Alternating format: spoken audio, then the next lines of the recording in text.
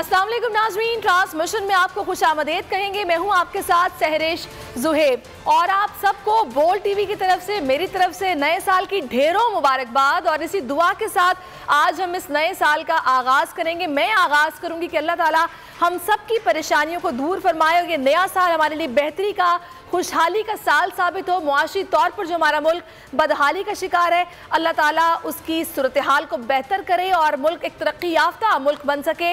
इस दुआ के साथ आज हम इस ट्रांसमिशन का आगाज़ करेंगे। साल 2022 कैसा रहा, कुछ तल्ख और शीनी यादें भी हैं, उन पर भी थोड़ी सी नज़र डालेंगे, लेकिन एक पॉजिटिविटी के साथ, मोटिवेशन के साथ और जिसे कहते हैं ना कि खुशी के साथ हम इस नए साल को आज इस ट्रांसमिशन में खुशामदीद कहेंगे। और इस वक्त हमें एस्ट्रोलॉजिस्ट उनसा शाह भी ज्वाइन कर चुकी हैं, जो कि नंबर्स के एतबार से बताएंगी कि नया आने वाला साल हमारे लिए कैसा रहने वाला है। तो उनसा आपको मैं खुशामदीद कहूँगी। तो सबसे पहले मैं आप ही से आगाज़ कर लेती हूँ। सबसे पहले तो हैप्पी न्यू ईयर, आपको भी नया साल बहुत मुबारक हो।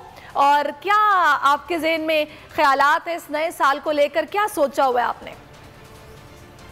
मेरी तरफ से आपको और तमाम देखने वालों को हैप्पी न्यू ईयर 2023।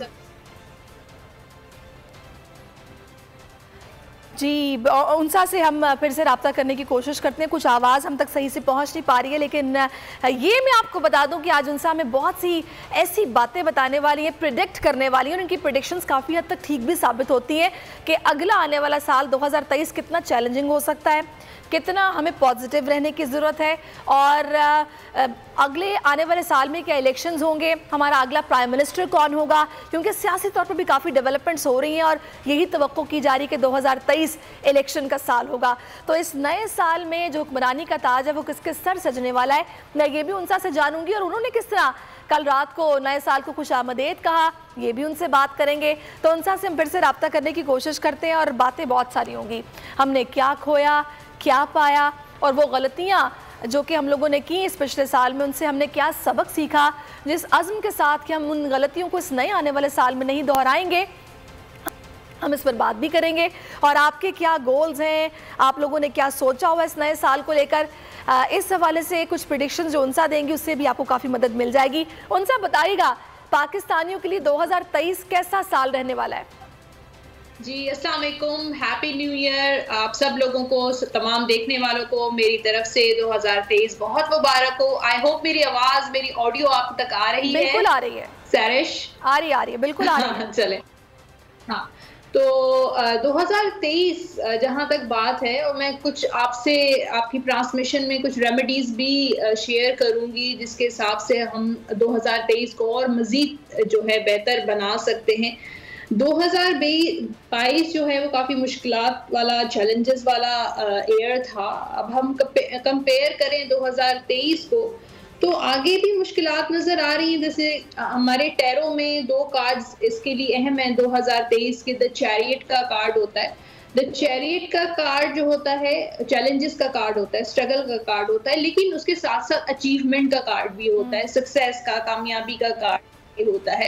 यानी कि तमाम दुनिया में चैलेंजेस भी रहेंगे और जो है वो अप्स एंड डाउन्स भी चलेंगे, लेकिन जो है वो जो हासिल करना चाहते हैं, अगर फोकस करें, डिटर्मिनेशन होगी, तो वो आपको अचीव भी मिले, चाहे वो जॉब हो, चाहे आपकी शादी हो, चाहे रिलेशनशिप के इश्यूज हो, किसी भी हवाले से कोई भी आप गोल सेट करते हैं, अगर आप पे फोकस होकर चैलेंजेस एक्सेप्ट किए, स्ट्रगल की, तो आपको वो चीज हासिल हो जाएगी। द टावर का कार्ड है 16 नंबर, 16 1 + 6 अगेंस्ट 7, क्योंकि 2023 जो है नंबर 7 से बन रहा है और नंबर 7 जो है वो केतु की एनर्जी रिप्रेजेंट कर रहा है। अनएक्सपेक्टेड चीजें होंगी, जैसे क्लाइमेट चेंजेस हो सकते हैं, पॉलिटिकली चेंजेस नजर आ रहे हैं, चैलेंजेस भी हैं और चेंजेस अनएक्सपेक्टेड और अनप्रेडिक्टेबल चीजें भी होंगी। उसमें यह है कि 2023 में जो है वो ट्रैवलिंग को बहुत ज़्यादा मुझे फ़रोग मिलता हुआ नज़र आ रहा है। ट्रांसपोर्टेशन, ट्रेडिंग, इंपोर्ट एक्सपोर्ट जो है वो और ज़्यादा बढ़ेगी। फरवरी से लेकर अप्रैल तक जो है वो कशीदगी रहेगी पॉलिटिकली वो पाकिस्तान में। इकोनॉमी भी स्टेबल नजर नहीं आ रही है, महंगाई बढ़ती हुई नजर आ रही है। पाकिस्तान क्या पूरी दुनिया में महंगाई इजाफा होता हुआ आपने जैसे कि कहा कि अप्रैल के बाद चीजें आपको बेहतर होती दिखाई दे रही हैं, तो हमारे जो एक्स प्राइम मिनिस्टर हैं इमरान खान, उनको अप्रैल तक इलेक्शंस भी होते दिखाई दे रहे हैं, तो मैं चाहूंगी आप कार्ड निकालिए, क्या अप्रैल के बाद आपको इंतखाबात होते दिखाई दे रहे हैं? और दूसरा, जो हमारे एक्स प्राइम मिनिस्टर हैं इमरान खान, उनके कार्ड्स क्या कह रहे हैं? जी बिल्कुल, देखिए अगर हम इमरान खान साहब के लिए कार्ड जो इस वक्त की एनर्जी के लिए मैंने निकाला है, वो बॉन्ड्स का कार्ड, वो बिल्कुल इलेक्शन का वेट करते हुए नजर आ रहे हैं, अपनी पार्टी को, अपनी पॉलिटिकल एक्टिविटीज को बैलेंस करते हुए नजर आ रहे हैं। अभी ये जो जनवरी का जो मंथ है, जनवरी से हम अगर इसको स्टार्ट करें तो काफी ज्यादा इनके जलसे जुलूस, पॉलिटिकल एक्टिविटीज बहुत ज्यादा स्टार्ट हो जाएंगी। अभी ये थोड़ा सा इन्होंने ब्रेक लिया है, लेकिन उसके बाद जो है आप काफी देखेंगी। यहाँ पर एम्प्रेस का कार्ड है, बिल्कुल मुझे लगता है 2023 में इलेक्शन का ईयर है, और इलेक्शन से मुझे लगता है चीजें बेहतर होती हुई नजर आ रही। मैं ये नहीं कहूंगी कि महंगाई खत्म हो जाएगी या इकोनॉमी स्टेबल हो जाएगी, लेकिन मुझे लगता है कि बिजनेस जो है पाकिस्तान का। अच्छा चले, ये तो आपने पॉलिटिकली बता दिया कि क्या हो सकता है 2023 में। अच्छा, मैं चाहूंगी कि बहुत सारे लोग जो इस वक्त हमें देख रहे हैं, जो बहुत कुछ प्लान कर रहे हैं, मैं उस पर आपसे जानूंगी कि आप उनके लिए क्या बताएंगी, जो नया बिजनेस शुरू करने वाले हैं या जो लाइफ पार्टनर की तलाश में है, जिन्होंने शादी करनी है इस साल, उनके लिए क्या कार्ड्स कह रहे हैं। इस वक्त हमें सादिया खान साहिबा कर चुकी हैं, उनसे हम बात करते हैं। जी अस्सलाम वालेकुम सादिया साहिबा। जी सामिया साहिबा। जी अस्सलाम वालेकुम जी। अच्छा सामिया साहिबा, सबसे पहले तो आपको हैप्पी न्यू ईयर, नया साल आपको बहुत बहुत मुबारक हो। और मुझे ये बताइएगा कि पाकिस्तानियों के लिए 2023 कैसा रहने वाला है? मैं परेशान हो गई थी कि मेरा नाम तो सामिया है, सादिया। Really sorry. कोई बात नहीं, कोई बात नहीं। कैसी हैं आप? अल्हम्दुलिल्लाह जी। सबसे पहले ये कि जो है आप बोल को, माशाल्लाह, बोल को देखने वालों को अल्लाह ताला नए साल की, मैं खुशियां का लफ्ज इस्तेमाल नहीं करूंगी, मैं करूंगी नए साल की आसानियां जो आसमान पे नजर आ रही हैं, अल्लाह पाक वो मुबारक करें। दूसरी बात ये कि 2022 में क्या खोया क्या पाया, आप ही लोगों की हेडलाइन चल रही है। तो 2022 में ये, हालांकि ये गैब का इल्म नहीं है, ये अंदाजों का इल्म है, जो है, फिर भी अल्लाह ताला ने मेरे पूरे पैराग्राफ की इज्जत रख ली। पूरा पैराग्राफ पूरा हो गया, किसी के हक में गया, किसी के अगेंस्ट गया, लेकिन जब प्रेडिक्शन की जाती है तो लाइकिंग डिसलाइकिंग की बात नहीं होती। अगर हम सितारों से झूठ बोलेंगे तो सितारे हमसे खेल जाएंगे।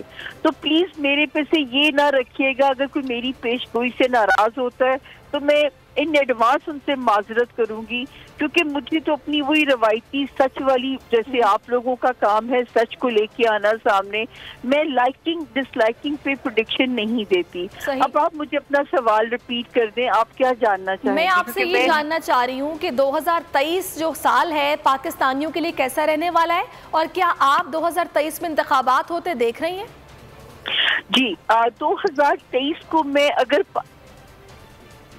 अगर मैं 2023 की को देखूं तो 2023 अल्लाह के हुक्म से पाकिस्तान के लिए रूहानी मदद का साल एक होती है, बैरूनी मदद, लेकिन इस वक्त मैं इस मदद को रूहानी मदद कहूंगी। जिस तरह लोग कह रहे हैं कि पाकिस्तान डिफॉल्ट की तरफ चला जाएगा, पाकिस्तान जो है, पाकिस्तान का सर्वाइवल मुश्किल हो जाएगा, या ऐसा नहीं। इंशाल्लाह 3 तारीखों से ये जो कियोस है, ये जो बदअमनी है, ये जो टेररिज्म की वेव चली रही है, ये 20 जनवरी से, दूसरी डेट है 8 मार्च और तीसरी डेट है 21 मार्च, जहां से एस्ट्रोलॉजी का नया साल शुरू होता है। इन 3 तारीखों से ये कियोस खत्म होता हुआ नजर आता है, और अल्लाह पाक ने चाहा तो पाकिस्तान इन 3 तारीखों के बाद अपनी स्टेबिलिटी के जोन में दाखिल हो जाएगा। जहां तक इलेक्शन की बात आपने पूछी, इलेक्शन 2023 में अगर होते हैं तो मेरे लिए मोजज़ा है, ठीक है, और अगर ये मोजज़ा होता भी है तो साल का सेकंड हाफ नजर आता है। फर्स्ट हाफ में तो मुझे इन एनी केस इलेक्शन समझ में नहीं आते। सही, ओके। तो सामिया साहिबा, who will be the next prime minister of Pakistan? आपके कार्ड्स क्या कह रहे हैं, आपके सितारे क्या कह रहे हैं? देखिए, मैंने आज तक इस सवाल का जवाब नहीं दे पाई, who will be the next chief, who will be the next जो है वज़ीर आज़म, ये गैब का इल्म जो मेरे पास नहीं है। मैं तो सिर्फ ये अंदाजे दे सकती हूँ कि जो है ये वाला साल इस पार्टी को इस तरह सपोर्ट करेगा या ये वाला साल पार्टी बता दीजिए, क्योंकि देखें ज्यादातर जो है लोग पर्सनैलिटीज के बारे में इंटरेस्टेड होते हैं ना कि पार्टीज कौन सी हैं। तो जैसे सबसे बड़ी पार्टी जो तहरीक इंसाफ है, 22 अभी शुरू भी नहीं हुआ था, तो मैंने कहा था कि 19 जनवरी 2022 से जो खान साहब का एक मुश्किल वक्त की बिगिनिंग होती है और ये जाके टाइम खत्म होता है 17 जुलाई 2023 तक। तो तब तक तो खान साहब की सियासत भी, खान साहब की अज़दवाजी जिंदगी भी, और इसी साल पे बहुत अच्छा प्रिडिक्ट भी करते हैं हमारे शेख रशीद साहब, जाने माने पॉलिटिशियन है, कौन उनसे वाकिफ नहीं है। तो शेख साहब से जानते हैं कि वो क्या कहते हैं इस नए आने वाले साल के हवाले से, इलेक्शंस के हवाले से। जी शेख साहब, क्या कहेंगे आप? देखें, ये अल्लाह ताला मुल्क के हाल पे खैरियत करे। ये परेशान कुन होंगे पहले 100 दिन, और आज इन्होंने 87 अरब रुपया बांटा है अपने मेंबरों को, वजीरों को। 70 के 70 वजीर है और 220 बिलियन की रिकवरी FDR की कम हुई है, और 2-2 अरब रुपया एक वजीर खारजा साहब खर्च कर रहे हैं। और माशी बहरान 9 जनवरी को जिनेवा में क्या फैसला होता है, कितने पैसे इनको मिलते हैं, ये भी बड़ा अहम है। तो 9 जनवरी की अदायगी शिदायगी 15 जनवरी के बाद पता लगना शुरू हो जाएगा, और मार्च अप्रैल माशी तौर पर बहुत बहरान के महीने होंगे और फैसला कौन महीने होंगे। और पॉलिटिकली अगर मुल्क में इस्तेहकाम होगा सियासी, तो तभी कोई माशी इस्तेहकाम होगा, और कौमी सलामती के खतरात है। और फर्स्ट टाइम दोबारा दहशतगर्दी जन्म पा रही है। सेकेंडली, हमारे इंटरनेशनली बुरी तरह हम नाकाम हुए हैं। जितने दौरे मेरा ख्याल है बिलावल ने किए हैं, वो भी पाकिस्तान का रिकॉर्ड होगा। जितनी कम मुद्दत में अपने दफ्तर आना तो शायद उसको पसंद ही नहीं था। और इसहाक डार साहब भी बुरी तरह नाकाम हुए हैं। नाकामी उनके चेहरे से भी आया है और उनके कामों से भी आया है। और अगर IMF का फैसला, अब तो मेरा ख्याल छुट्टियों पे चला गया, पता नहीं मार्च में आएगा, इसलिए मैं कह रहा हूँ 100 दिन आना कि अगर IMF छुट्टियों पे चला गया तो ये कहीं फरवरी मार्च में दोबारा बैठेंगे 9 रिव्यू के लिए। हर तरफ मसाइल ही मसाइल हैं। और तो शेख साहब, एक चीज़ और भी है जिस पर मैं चाहूँगी कि आप मुझे बताएं कि आप क्या सोच रहे हैं। ये जो टेक्नोक्रेट सेटअप की बात हो रही है, क्योंकि वो लोग जो ये समझ रहे हैं कि इलेक्शन का साल 2023 नहीं है, तो फिर कुछ इस तरह के सेटअप के भी शोषे छोड़े जा रहे हैं, तो क्या ये आपको बनता दिखाई दे रहा है? देखिए, पाकिस्तान की अदलिया इस पर शदीद नोटिस लेगी। इसी साल में जो आज से शुरू हुआ है, इनके नैब के कानून का फैसला हो जाएगा इन्हीं 3-4 महीनों में। छुट्टियां खत्म होने वाली है अदलिया की। ओवरसीज पाकिस्तानियों को इंशाअल्लाह डेफिनेटली वोट का हाथ मिल जाएगा। 1 करोड़ नया वोटर शामिल होगा जो इमरान खान का वोटर होगा। 80%, 75% उसमें इमरान खान का वोटर होगा। और कमोवेश ये ओवरसीज वोटर जो है 45 से 55 सीटों पर असरअंदाज होगा, क्योंकि पूरे हल्के के लोग, सियालकोट का इलेक्शन, मंडी बहाउद्दीन का इलेक्शन, और इसी तरह बाज़ मखसूस कॉन्स्टिट्यूंसियाँ जिसमें 60 के दौर में लोग गए और वो वहीं जाके उस वक्त चीज़ें की इतनी मुश्किलात नहीं थी। सो ये मुश्किलात का साल है और पहले 30 अप्रैल तक सारे फैसले करने होंगे। मैं इस हुकूमत को नहीं देख रहा कि ये मसाइल पे काबू पा सके, और क्या हल निकलता है, कैसे निकलता है, निकलेगा। सही। तो शेख साहब, ये भी बता दें कि क्या ये 2023 बड़े मियाँ साहब की वापसी का साल तो नहीं साबित होने वाला? मियाँ बड़े सियाने हैं जी। कई साल हफ्ते के लिए गए थे और कई साल लगा दिए। जब तक के असल नुकसान जो है ना नवाज शरीफ पार्टी को गया, जो बुनियादी देखे ना, अब इस साल में MQM भी एक हो जाएगी और बाप पार्टी भी एक हो जाएगी। और नून लीग कहाँ खड़ी है, मुझे तो बड़े ही हालात जो हैं वो गुमगो का शिकार लग रहे हैं। मैं जल्दी नवाज शरीफ को आते नहीं देख रहा था। मैंने तो कहा था कि नया साल नहीं मनाएंगे, लोग मेरा मजाक उड़ाते थे। तो अभी आप ये समझें कि जब तक इलेक्शन कॉल नहीं होते, जब तक के इलेक्शन की सूरत हाल वाज़ेह नहीं होती और मुल्क की मईशत में कोई ठहराव पैदा नहीं होता, इसे आने की कोई जल्दी नहीं है। वहाँ भी उनका अपने घर हैं, यहाँ भी उनके घर हैं। अगर आवाम की जरूरत पड़ी वोट देने के लिए तो वो आ जाएंगे, वरना वो मदद कर रहे हैं, बर्गर खा रहे हैं और खबरें उनकी छप रही हैं, राब्ते उनके हैं। भाई उनका वजीर आजम है, अपने भाई के वजीर आजम के 10 महीने के दौर में भी नहीं आया वो, और सफारती पासपोर्ट उसके पास है।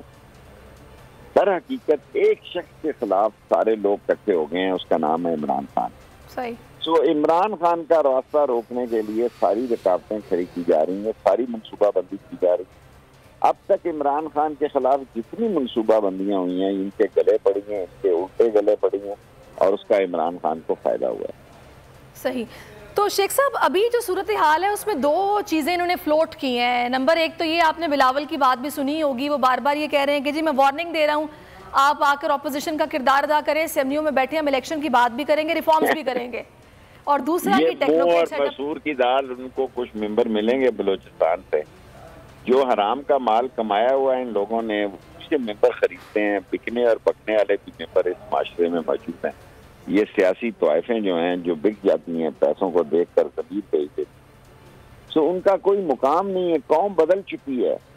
जो लोग इसको एक पुराने लोग समझ रहे हैं वो अकल के अंधे हैं। कौम में बहुत शऊर है, कौम में इतना शऊर है कि वो दीवार के पीछे भी पड़ सकती है, लेकिन ये 13 पार्टियां दीवार के सामने भी नहीं पड़ सकती। इनका सियासी कब्रिस्तान बनेगा और पीडीएम जो है बहुत ही बहरान की कैफियत में जाएगी। तो शेख साहब, 2023 में आप एस्टेब्लिशमेंट का किरदार क्या देख रहे हैं? क्योंकि इमरान खान ये कह रहे हैं कि उन्हें अप्रैल मई में इलेक्शन नजर आ रहे हैं, तो क्या इस किरदार के बगैर ही ऐसा मुमकिन हो पाएगा या फिर नहीं?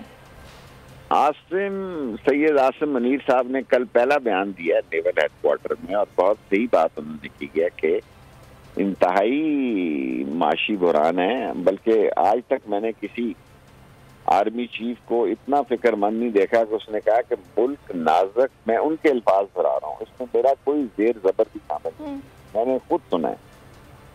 मुल्क इंतहाई नाजुक मोड़ पर आ गया और तमाम स्टेक होल्डरों को एक होना पड़ेगा। और एक तो फिर इन्होंने कराना ना, वरना पोलिंग स्टेशन इस पुलिस से कौन डरता है? यहाँ तो देखे ना, चौकों में देख लें, लोग चलान नहीं कराते। लोग पहले रजाकार महल्ले में आता था, लाल हवेली की गलियों में रजाकार आते थे तो लोग डर के मारे घरों में घुस जाते थे। अब एसपी भी गुजर रहा हो तो कोई आदमी ना छाबड़ी उठाता है ना परवाह करता है। सो मुल्क ये 100 दिन 120 दिन 100-120 दिन बड़े अहम होंगे नए साल। सही। चले जी, बहुत शुक्रिया शेख साहब, आपने अपना कीमती वक्त, बहुत शुक्रिया आपका, आपने अपना जो ख्यालात हैं वो आपने बताए अपने नए साल को लेकर। नए साल की ट्रांसमिशन है और आपको नए साल की ढेरों मुबारकबादें। हमारे साथ हमारे मेहमान भी मौजूद हैं। उनसा शाह हमारे साथ हैं जो कि टैरो कार्ड रीडर हैं, और इसके साथ साथ ब्यूरो चीफ लाहौर खावर अब्बास भी हमें ज्वाइन कर चुके हैं। तो खावर, पहले मैं आपकी तरफ आ जाती हूँ। लाहौरी हैं आप, किस तरह से एंजॉय किया, किस तरह से वेलकम किया आपने 2023 को, और क्या रेजोल्यूशन है आपके, पहले ये बताएं। देखिए सारी साहबा, पाकिस्तानी कौम की एक सबसे बड़ी जो खासियत है वो ये है कि ये जिंदा दिल कौम है और कभी भी मुश्किलात से नहीं घबराई है।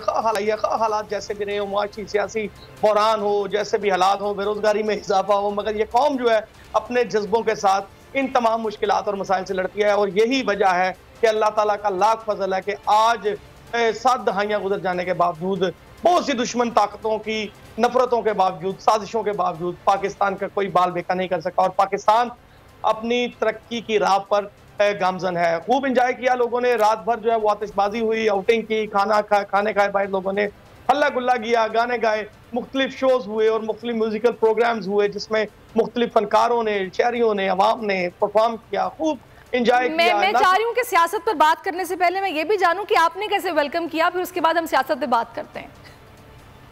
बिल्कुल, हमने तो सारी साहबा स्क्रीन को मॉनिटर करते हुए साथ साथ फैमिली के साथ एंजॉय किया, साथ साथ स्क्रीन को मॉनिटर कर रहे थे कि बोल पे क्या चल रहा है, क्योंकि इस वक्त कोई भी शख्स मुमकिन नहीं है कि वो किसी भी लम्हे, कोई खुशी का मौका हो, कोई ट्रांसमिशन हो, और वो बोल की नशियात को मिस कर दे। तो मैं भी उन्हीं मुतासरीन में से एक हूँ कि मैं भी लम्हा बोल को देख रहा था और देख रहा था किस तरह से कराची हेडक्वार्टर के ऊपर खूबसूरत रंगारंग जो है वो रोशनाइयां बिखेर रहे थे आप लोग, जिसकी चमक पूरे पाकिस्तान में दिखाई दे रही थी। इस्लामाबाद में, लाहौर बैरिया टाउन में और फैसलाबाद में घंटाघर चौक पर, मुल्तान के जो है वो घंटाघर चौक में, गुजरांवाला के पहलवानों के शहर में, तमाम पाकिस्तान में चरागा दिखाई दे रहा था। और अल्हम्दुलिल्लाह इंशाअल्लाह ताला इसी तरह अल्लाह की जात के फजलो करम से पाकिस्तान में हमेशा चले जी खबर, हमारी भी दुआ है कि अगला आने वाला साल आपके लिए बेहतरीन साबित हो। अब जरा कुछ सियासत की बात करते हैं। पंजाब बड़ा तवज्जो का मरकज रहा है इस पिछले पूरे साल में, जिस तरह परवेज इलाही साहब इमरान खान के साथ खड़े हुए और उन्होंने साल के आखिर तक तो भरपूर साथ दिया।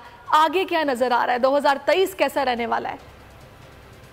सर देखिए 2023 में बड़े फैसले होंगे। इंतखाबात सबसे बड़ा जो किसी भी मुल्क की बड़ी अहम चीज़ होती है। 2023 में इंतखाबात होंगे, आम इंतखाबात होंगे जिसमें तमाम पार्टियां जो है वो अपना अपना जोर आजमाएंगी और इस मुल्क के लिए नई हुकूमत का इंतखाब होगा। गुज़श्ता साल की बात, एक साल में पंजाब के अंदर जो चीज़ें रही वो बहुत ही हैरानकुन थी।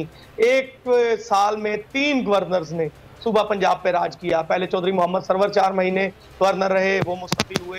उमर सरफराज चीमा तहरीक इंसाफ के गवर्नर आ गए तो फिर उनको कैबिनेट की तरफ से हटा दिया गया, वफाकी कैबिनेट की तरफ से।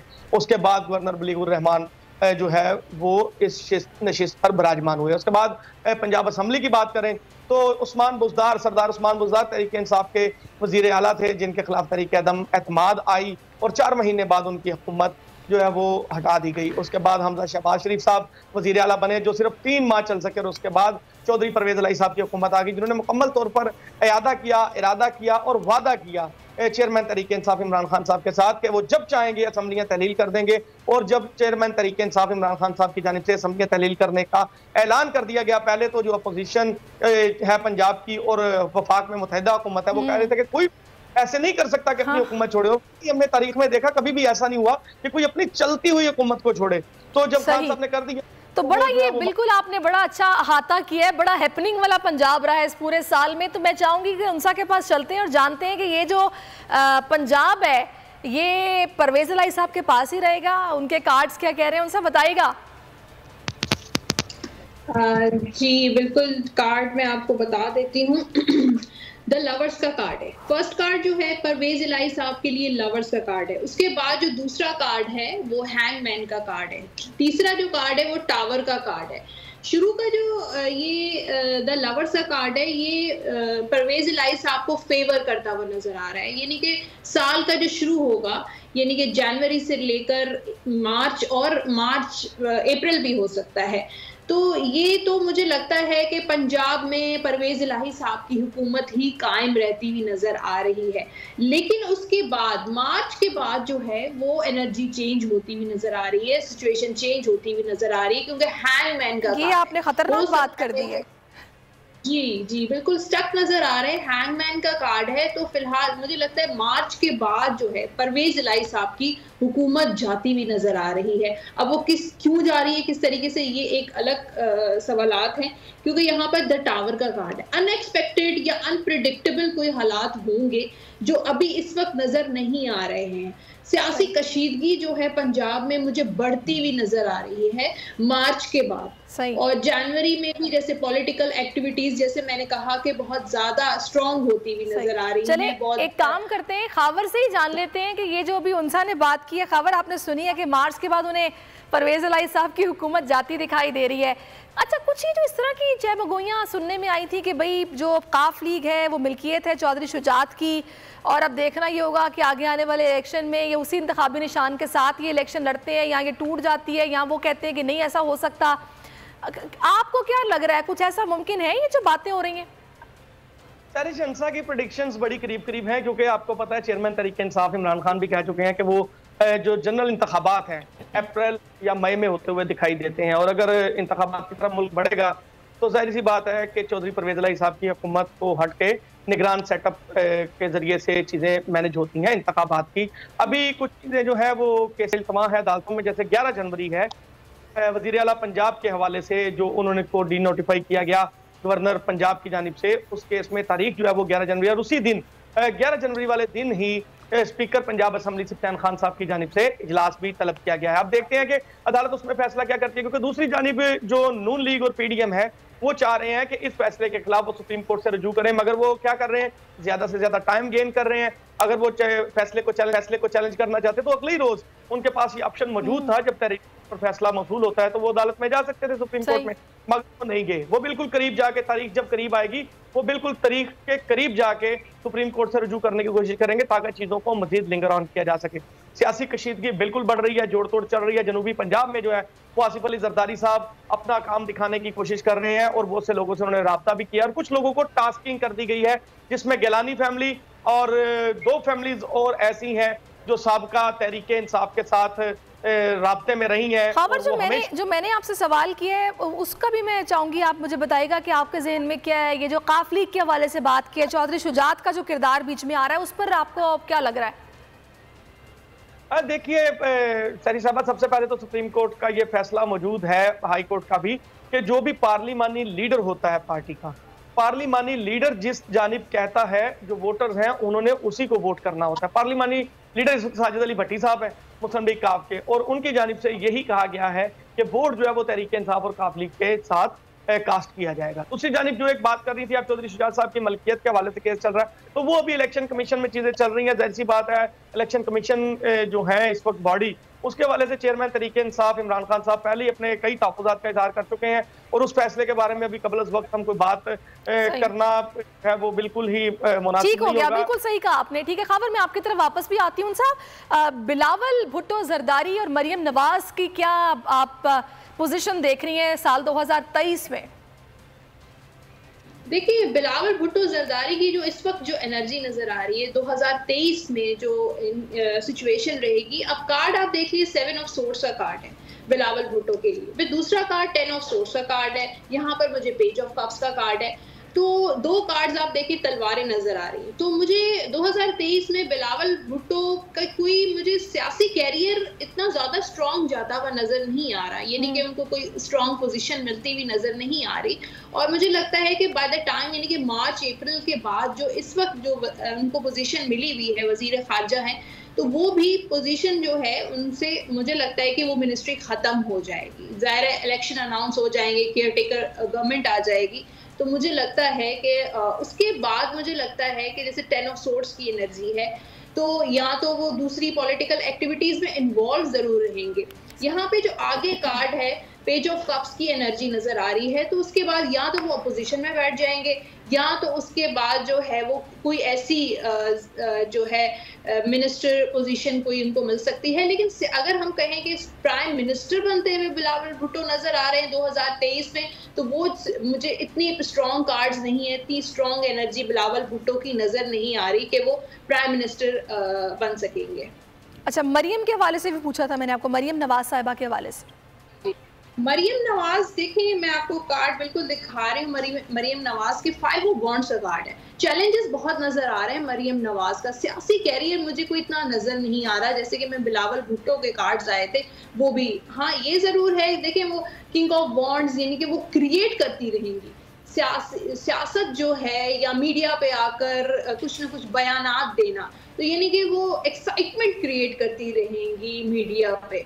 लेकिन 4 ऑफ पेंटिकल्स का कार्ड है, लास्ट कार्ड, उनको हासिल कुछ नहीं होगा, क्योंकि मुझे नहीं लगता कि मुस्लिम लीग नून इस वक्त मकबूलियत मुझे इतनी नजर नहीं आ रही जितनी दूसरी पार्टी, यानी कि उनकी जो पीटीआई है उसकी मकबूलियत हमेशा, उसके कार्ड्स बहुत स्ट्रॉन्ग आते हैं। सही। लेकिन मुझे मरियम नवाज का कोई सियासी कैरियर बहुत आगे जाके पीक पर जाता हुआ नजर नहीं आ रहा। चलें ठीक है, मैं आपकी तरफ वापस भी आऊँगी, बड़े मियाँ साहब की बात भी होगी और इकोनॉमिक सिचुएशन पर भी बात करूँगी, लेकिन खबर पहले आपके पास आ जाती हूँ।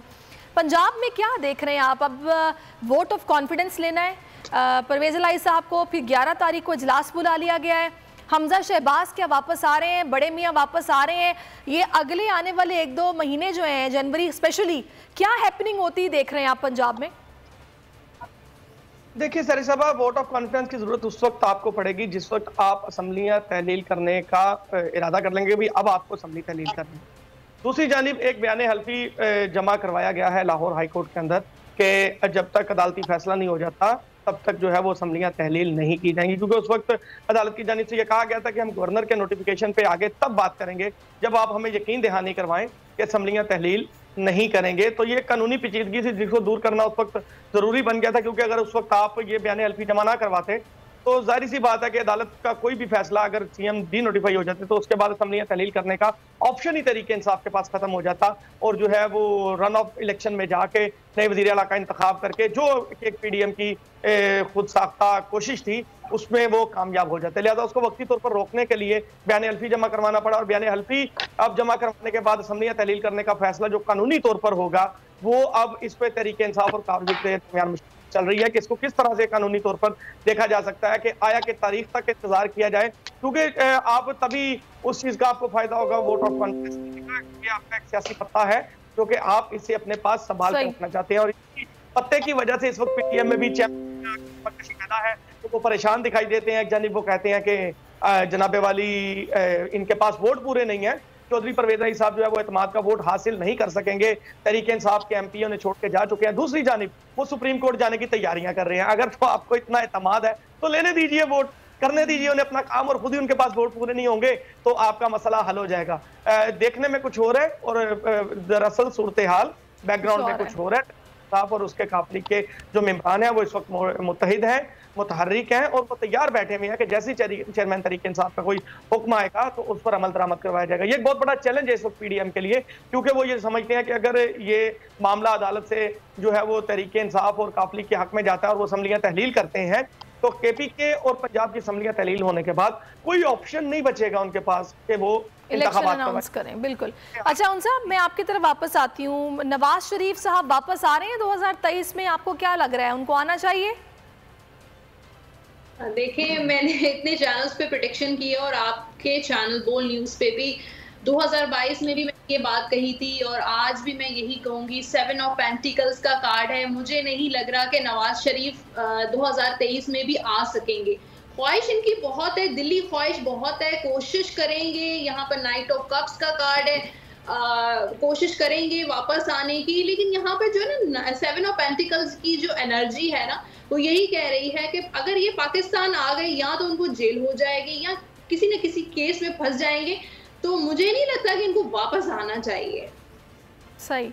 अच्छा, आपसी नजर नहीं आती। ठीक हो गया, मैं आपकी तरफ वापस आती हूँ। खबर आज अभी आपने सुना होगा, कुछ देर पहले असद उमर साहब ने प्रेस कॉन्फ्रेंस की है और महंगाई की उन्होंने बात की है, जो मसला एक है भी अवाम का, जो बुनियादी मसला है जिसकी वजह से अवाम परेशान है। तहरीक शुरू करने का आगाज़ वो कर रहे हैं। पंजाब में क्या इनका प्लान है, किस तरह होगी? शहर शहर जाएंगे, डोर टू डोर जाएंगे, क्या करने जा रहे हैं? देखिए जरी, सबसे पहले एक सवाल जो नवाज शरीफ साहब वाला चल रहा था जो अभी मुस्तकिल है, में उनकी तैयारी ये है कि किसी भी तरह से कोई हिफाजती जमानत ली जाए लाहौर हाई कोर्ट से और उन्हें लैंड करवाया जाए इस्लामाबाद से, और उसके बाद उन्हें यहाँ पर लाया जाए ताकि वो एक कैंपेन, जो एक तरीकाकार होता है सियासी पार्टियों का और जो नून लीग की साबिका रवायत रही है कि किसी भी तरीके से दबाव डालकर। बड़ी माजरत के साथ खबर, थोड़ा सा मैं आपको रोकूंगी, अभी हमें ज्वाइन किया इमरान इस्माइल साहब ने। इमरान साहब, बहुत शुक्रिया, आपके नए साल की आपको ढेरों मुबारकबाद। क्या ख्यालात हैं आपके 2023 को लेकर?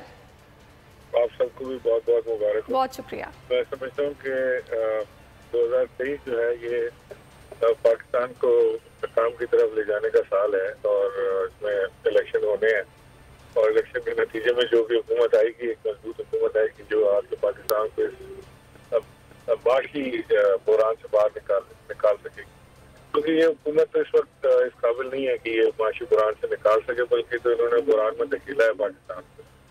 इंशाल्लाह आने वाले वक्त में मैं समझता हूँ कि 2023 जो है ये एक माशी तरक्की का साल साबित होगा इलेक्शन के फौरन बाद। अच्छा, अब मुझे ये भी बताएगा इमरान साहब, ठीक है आप लोग ये कह रहे हैं कि इलेक्शन का साल होगा, इलेक्शन अनाउंस किए जाएंगे, कहीं ऐसा तो नहीं कि आप लोग अपोजिशन का किरदार भी अदा कर सकते हैं असेंबलियों में बैठ के? कुछ ऐसे इम्कानात आपको नजर आ रहे हैं या फिर आप कॉन्फिडेंट हैं कि इलेक्शन ही होना है? नहीं, असेंबलियों में तो हम नहीं जाएंगे, ये बात होता है। हमने तो इलेक्शन की तरफ ही तैयारी कर रहे हैं, इलेक्शन ही पे जाना है और इलेक्शन ही हल है। पता है इसका बाद इलेक्शन के अलावा कोई नए तजुर्बे के अब गुंजाइश पाकिस्तान में है नहीं। जो हम सुन रहे हैं ना, कोई टेक्नोक्रेट गवर्नमेंट आएगी, वो ये टेक्नोक्रेट जो है ये एक मजबूत सियासी गवर्नमेंट हुकूमत के नीचे काम कर सकते हैं, देखें डिलीवर। ये फैसले खुद नहीं कर सकते हैं, ये सजेशन दे सकते हैं, प्लानिंग बना सकते हैं, लेकिन ये फैसले नहीं कर सकते, ये अवामी प्रेशर नहीं ले सकते। तो लिहाजा ये इस तरह के तजुर्बा अगर कोई किया गया पाकिस्तान के साथ तो मजीद खराबी का बायस हो सकता है। सही। तो इमरान साहब, तकरीबन 2 दिहाइयों से पीपल्स पार्टी की हुकूमत है सिंध में, तो क्या 2023 में एक बड़ी तब्दीली सिंध में आप होती देख रहे हैं? मैं तो पूरे पाकिस्तान में तब्दीली देख रहा हूँ। सिंध में, ये सिंध में लोग तंग है, परेशान है, सिंध में तरक्की का काम होता है, बेइंतहा बजट में से पैसे खाए जाते हैं, सलाल अफगान की इमदाद के पास बाकी क्या बचेगा। बिल्कुल बेयार और मददगार तरीके से सिंध कर रहा है, लेकिन सिंध में लोग तब्दीली के मुंतज़िर जरूर। सही। थोड़ी सी बात जरा कराची की सियासत की भी हो जाए। कामरान टिसोरी साहब का किरदार और जिस तरह मुत्तहिदा अब एक होने जा रही है, इनका मुस्तकबिल क्या देख रहे हैं आप? इनका कोई मुस्तकबिल नहीं है, ये सारे चले हुए कारतूस हैं, इन्होंने कोई तीर नहीं मार लेना। ये सारा पाकिस्तान तहरीक इंसाफ और इमरान खान की मकबूलियत को देखते हुए उससे घबरा के ये सारा काम हो रहा है।